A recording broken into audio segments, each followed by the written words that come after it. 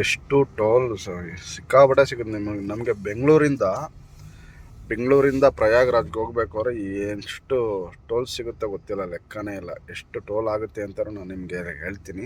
ಎಷ್ಟು toll amount ಎಷ್ಟಾಗುತ್ತೆ ಅನ್ನೋದು ಹೇಳ್ತೀನಿ. ಬನ್ನಿ ಹೋಗೋಣ.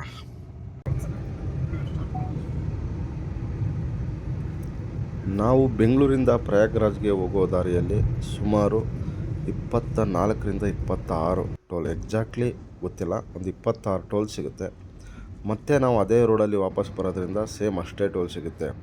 ನಾವು ಮೊದಲಿಗೆ ಬೆಂಗಳೂರಿಂದ ಹೈದ್ರಾಬಾದ್ ಟು ನಾಗ್ಪುರ್ ಟು ಮಧ್ಯಪ್ರದೇಶ್ ಸಿಯಾನ್, ಮತ್ತು ಅಲ್ಲಿಂದ UP, ಇಷ್ಟು ಊರುಗಳ ಮೇಲೆ ನಾವು ಹೋಗಿದ್ದೀವಿ. ನಾವು ಬೆಂಗಳೂರಿಂದ ಮೊದಲಿಗೆ ಆಂಧ್ರ ಪ್ರದೇಶದಿಂದ ತೆಲಂಗಾಣದಿಂದ ಮಹಾರಾಷ್ಟ್ರ ಆದಮೇಲೆ ಮಧ್ಯಪ್ರದೇಶ ಆದ ನಂತರ UP, ಉತ್ತರ ಪ್ರದೇಶ. ಅಂದರೆ ಕರ್ನಾಟಕ, ತೆಲಂಗಾಣ, ಆಂಧ್ರ ಪ್ರದೇಶ, ಮಹಾರಾಷ್ಟ್ರ, ಮಧ್ಯಪ್ರದೇಶ, UP, ಒಟ್ಟು 6 ಸ್ಟೇಟು. ನಮ್ಮ ಕರ್ನಾಟಕನೂ ಸೇರಿ 6 ಸ್ಟೇಟ್ ಕವರ್ ಮಾಡಿದ್ದೀವಿ. 6 ಸ್ಟೇಟ್ಗೆ ಹೋಗುವಷ್ಟರಲ್ಲಿ ನಮಗೆ 27 ಟೋಲ್ ಸಿಗುತ್ತೆ. ಸೊ ಸುಮಾರು ನಾನು ಹೋಗಬೇಕಾದ್ರೆ ಒಂದು 7,000 ರೀಚಾರ್ಜ್ ಮಾಡಿದ್ದೆ ಟೋಲ್ಗೆ. ಬಟ್ ನಮಗೆ ಬರುವಷ್ಟರಲ್ಲಿ ₹400, ₹450 ಮಾತ್ರ ಬ್ಯಾಲೆನ್ಸ್ ಇತ್ತು. ಅಂದರೆ ಆಲ್ಮೋಸ್ಟ್ 6,500 ನಿಮಗೆ ಟೋಲು ಬೇಕಾಗುತ್ತೆ ಹೋಗಿ ಬರೋದಕ್ಕೆ.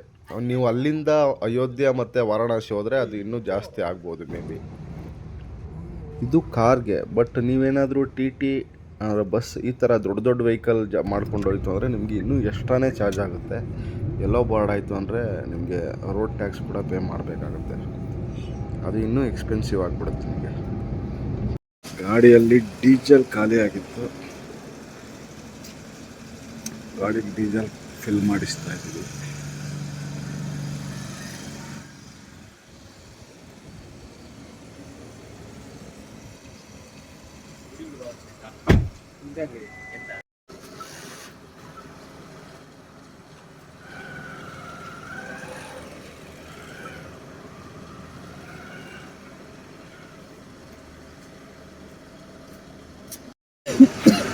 ₹4,500 ಡೀಸೆಲ್ ಹಾಕ್ಸಿದ್ವಿ, ನೋಡ್ತಾ ಇರ್ಬೋದು.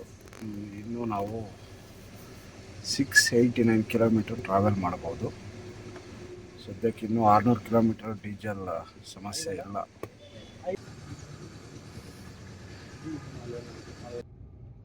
ಇನ್ನು ಡೀಸೆಲ್ ಅಂತ ಬಂದರೆ ನಾವು ಬೆಂಗಳೂರಿಂದ ಪ್ರಯಾಗ್ರಾಜ್ ಹೋಗಿ ಬರೋದಕ್ಕೆ ಮಿನಿಮಮ್ ನಿಮಗೆ ಒಂದು 30,000 ಡೀಸೆಲ್ ಬೇಕೇ ಬೇಕು. ಯಾಕಂದರೆ ನಾವು ಎಲೆಕ್ಟ್ರಾನಿಕ್ ಸಿಟಿಯಿಂದ ಪ್ರಯಾಗ್ರಾಜ್ಗೆ ಹೋಗಿದ್ದು, ಮತ್ತು ಅಲ್ಲಿಂದ return electronic city.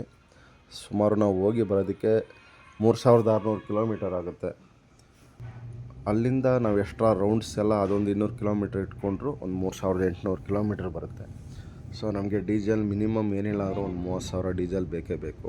30,000 diesel plus ಒಂದು 6,000 ಫಾಸ್ಟ್ಯಾಗ್ ಅಂದರೆ ಆಲ್ಮೋಸ್ಟ್ ಓನ್ಲಿ ಟ್ರಾವೆಲಿಂಗೇ ಒಂದು 35,000ದಿಂದ 36,000 ಹಣ ಬೇಕಾಗುತ್ತೆ.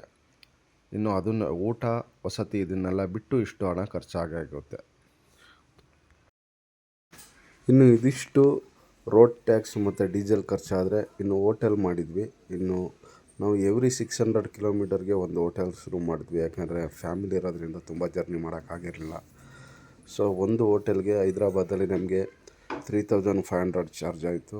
ಅದಾದ ನಂತರ ಸಿಯಾನ್ ಸಿಟಿಯಲ್ಲಿ ಅಲ್ಲೂ ಕೂಡ 4,000 ಚಾರ್ಜ್ ಆಯಿತು. ಮತ್ತು ಅದಾದ ನಂತರ ನೆಕ್ಸ್ಟು ಪ್ರಯಾಗ್ರಾಜ್ ಹೋಗಿ ಸ್ಟೇ ಆಗೋಣ ಅಂದ್ಕೊಂಡ್ವಿ. ಬಟ್ ಪ್ರಯಾಗ್ರಾಜ್ ಅವತ್ತು ತುಂಬ ರಶ್ ಇದ್ದರಿಂದ ನಾವು ಇನ್ನೂ 100 ಕಿಲೋಮೀಟರ್ ಬಿಫೋರ್ ಅಂದರೆ ರೇವಾ ಸಿಟಿಯಲ್ಲಿ ಸ್ಟೇ ಆದ್ವಿ. ಅಲ್ಲಿ ನಮಗೆ 5,000, ಅಲ್ಲಿ ಸ್ವಲ್ಪ ಜಾಸ್ತಿ ಇತ್ತು ರೂಮ್ ರೆಂಟು, ಅಲ್ಲಿ 5,500 ಆಯಿತು. ಅದಾದ ನಂತರ ಮತ್ತೆ ಪ್ರಯಾಗ್ರಾಜಲ್ಲಿ 2 ದಿನ ಇದರಿಂದ ಅಲ್ಲೊಂದು ರೂಮ್ ಮಾಡಿದ್ವಿ. ಅಲ್ಲೂ ಕೂಡ ನಮಗೆ ಆಲ್ಮೋಸ್ಟ್ 8,000 ರೂಮ್ ರೆಂಟ್ ಬಂತು. ಸೊ ಇದಿಷ್ಟು ನಮ್ಮ ಪ್ರಯಾಣದ ಖರ್ಚಾಗಿತ್ತು. ಅಂದರೆ ಹೋಟೆಲ್ಗೆ ಆಲ್ಮೋಸ್ಟ್ ನಮಗೆ ಒಂದು 35,000 ಖರ್ಚಾಗಿದೆ ಅಂತ ಅನ್ಕೋತೀನಿ. ಅದು ಬಿಟ್ಟು ಇನ್ನು ಊಟಕ್ಕೆ ಅಂತ ನಿಮಗೆ ಕರ್ನಾಟಕ ಮತ್ತು ಆಂಧ್ರದಲ್ಲಿ ನಿಮಗೆ ನಾರ್ಮಲ್ ಹೋಟೆಲ್ ಸಿಗುತ್ತೆ. ಬಟ್ ಮಹಾರಾಷ್ಟ್ರ, ಮಧ್ಯಪ್ರದೇಶ ಈ ಜಾಗದಲ್ಲೆಲ್ಲ ನಮಗೆ ಹೋಟೆಲ್ ಸಿಗೋಲ್ಲ, ಬರೀ ಡಾಬಾಗಳೇ ಸಿಗುತ್ತೆ. ಸೊ ಡಾಬಾದಲ್ಲಿ ನಾವು ಹೋಯ್ತು ಅಂದರೆ ನಿಮಗೆ ಗೊತ್ತಿರುತ್ತೆ, ಅಲ್ಲಿ ಪ್ರತಿಯೊಂದು ಪ್ರೈಜು ಕೂಡ ಜಾಸ್ತಿ ಇರುತ್ತೆ. ಮಿನಿಮಮ್ 170 180 ಆ ಥರ ಪ್ರೈಜ್ ಇರುತ್ತೆ. ಸೊ ಒಂದು ದಿನಕ್ಕೆ ನಮಗೆ 6 ಜನಕ್ಕೆ ಡ್ರೈವರು ಸೇರಿ 6 ಜನ ಇದ್ದೀವಿ ನಾವು. ಡಾಬಾದಲ್ಲಿ ನಮಗೆ ಒಂದು ಟೈಮ್ಗೆ ಮಿನಿಮಮ್ 700 800 ಖರ್ಚು ಆಗೇ ಆಗುತ್ತೆ. ಸೊ ಒಂದು ದಿನಕ್ಕೆ ಒಂದು 2000 ಊಟಕ್ಕೆ ಖರ್ಚಾಗುತ್ತೆ ಅಂದ್ರೂ ಒಂದು 15,000 7 ಡೇಸ್ಗೆ ಊಟಕ್ಕೆ ಬೇಕೇ ಬೇಕು. ಮಧ್ಯದಲ್ಲಿ ಟೀ ಕಾಫಿ ಎಲ್ಲ ಸೇರಿ ಒಂದು 15,000 ಊಟಕ್ಕೆ ನಿಮಗೆ ಡೆಫಿನೆಟಾಗಿ ಖರ್ಚಾಗೇ ಆಗುತ್ತೆ. ಅದು ಇಲ್ಲ ಅಂದರೆ ವೆಹಿಕಲಲ್ಲಿ ನಿಮ್ಗೆ ಏನಾದ್ರು ಜಾಗ ಸ್ಪೇಸ್ ಇತ್ತು ಅಂದರೆ ನೀವು ಇಲ್ಲಿಂದ ರೇಷನ್ ಐಟಮ್ ತೊಗೊಂಡೋಗ್ಬೋದು. ಸ್ಟವ್ ತೊಗೊಂಡೋಗಿ ರೋಡಲ್ಲಿ ಅಲ್ಲಲ್ಲಿ ಅಡುಗೆ ಮಾಡ್ಕೊಂಡು ತಿಂದರೆ ನಾವು ಇನ್ನೊಂದಷ್ಟು ಹಣನ ಸೇವ್ ಮಾಡ್ಬೋದು. ಬಟ್ ತುಂಬ ಜನ ಅಷ್ಟೊಂದು ಪೇಷನ್ಸ್ ಇರೋಲ್ಲ, ಯಾಕಂದರೆ ಜರ್ನಿನೇ ತುಂಬ ದೂರ ಆಗಿರೋದ್ರಿಂದ ಒಂದು 50% ಜನ ಮಾತ್ರ ಅಲ್ಲಲ್ಲೇ ಅಡುಗೆ ಮಾಡ್ಕೊಂಡು ತಿನ್ಕೊಂಡು ಹೋಗ್ತಾ ಇದ್ದಾರೆ. ಬಟ್ ಇನ್ನೊಂದಷ್ಟು ಜನ ಹೋಟೆಲಲ್ಲಿ ಏನು ಸಿಗುತ್ತೋ ಅದನ್ನೇ ತಿನ್ಕೊಂಡು ತಮ್ಮ ಪ್ರಯಾಣವನ್ನು ಮಾಡ್ತಾಯಿದ್ದಾರೆ.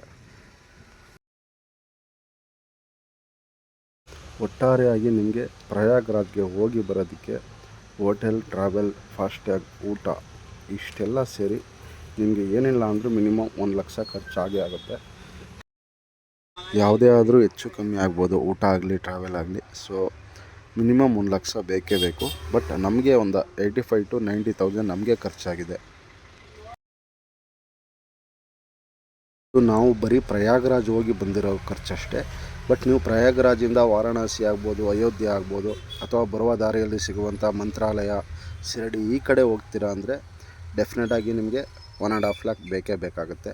ಬಟ್ ನಮಗೆ 85,000 to 90,000 ಖರ್ಚಾಗಿದೆ. ಇದಿಷ್ಟು ನಮ್ಮ ಪ್ರಯಾಗ್ರಾಜ್ ಜರ್ನಿಯ ಹಣದ ಖರ್ಚು ಅಂತಲೇ ಹೇಳ್ಬೋದು.